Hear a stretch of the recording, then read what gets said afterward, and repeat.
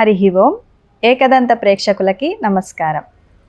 ఈ వీడియోలో మనము నిత్యము ప్రార్థించే కొన్ని శ్లోకాల యొక్క అర్థాలు తెలుసుకుందాం.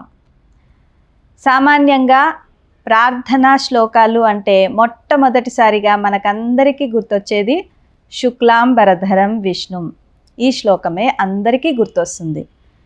పిల్లలకు కూడా సామాన్యంగా ఇదే మొట్టమొదటిసారిగా నేర్పిస్తూ ఉంటారు. వాళ్ళు కూడా చాలా తొందరగా పట్టేస్తారు. ఇంతకీ ఆ శుక్లాంబరధరం విష్ణుం ఈ శ్లోకము దాని అర్థం ఏంటో మనం ఇప్పుడు తెలుసుకుందాం. ప్రతి శ్లోకానికి అది ఛందోబద్ధంగా రాయబడి ఉంటుంది.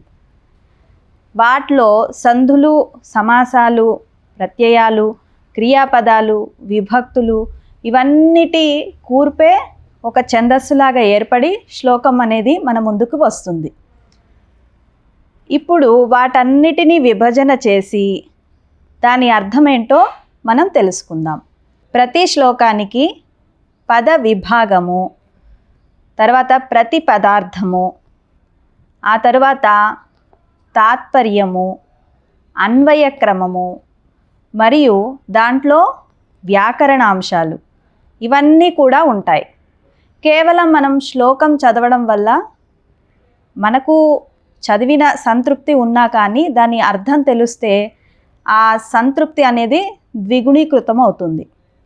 కాబట్టి ఇప్పుడు ఈ శుక్లాంబరధరం విష్ణుం అనే శ్లోకాన్ని మనము ఒకసారి దాని అర్థం ఏంటో చూద్దాం. నేను ఇప్పుడు చెప్తాను, నాతో పాటు మీరు చెప్పండి. శుక్లాంబరధరం విష్ణుం శశివర్ణం చతుర్భుజం ప్రసన్నవదనం ధ్యాయేత్ సర్వవిఘ్నోపశాంతయే.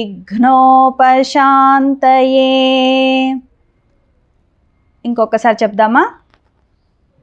శుక్లాంబరధరం విష్ణుం శశివర్ణం చతుర్భుజం ప్రసన్నవదనం ధ్యాయేత్ సర్వవిఘ్నోపశాంతయే. ప్రతి శ్లోకంలో మనము విసర్గలు తర్వాత మహాప్రాణాలు చాలా చక్కగా పలకాలి. అప్పుడే సంస్కృత భాషకి అందం వస్తుంది. ఈ శ్లోకంలో కూడా మనకు మహాప్రాణాలు కనిపించాయి. అవి ఎక్కడ ఒకసారి చూడండి.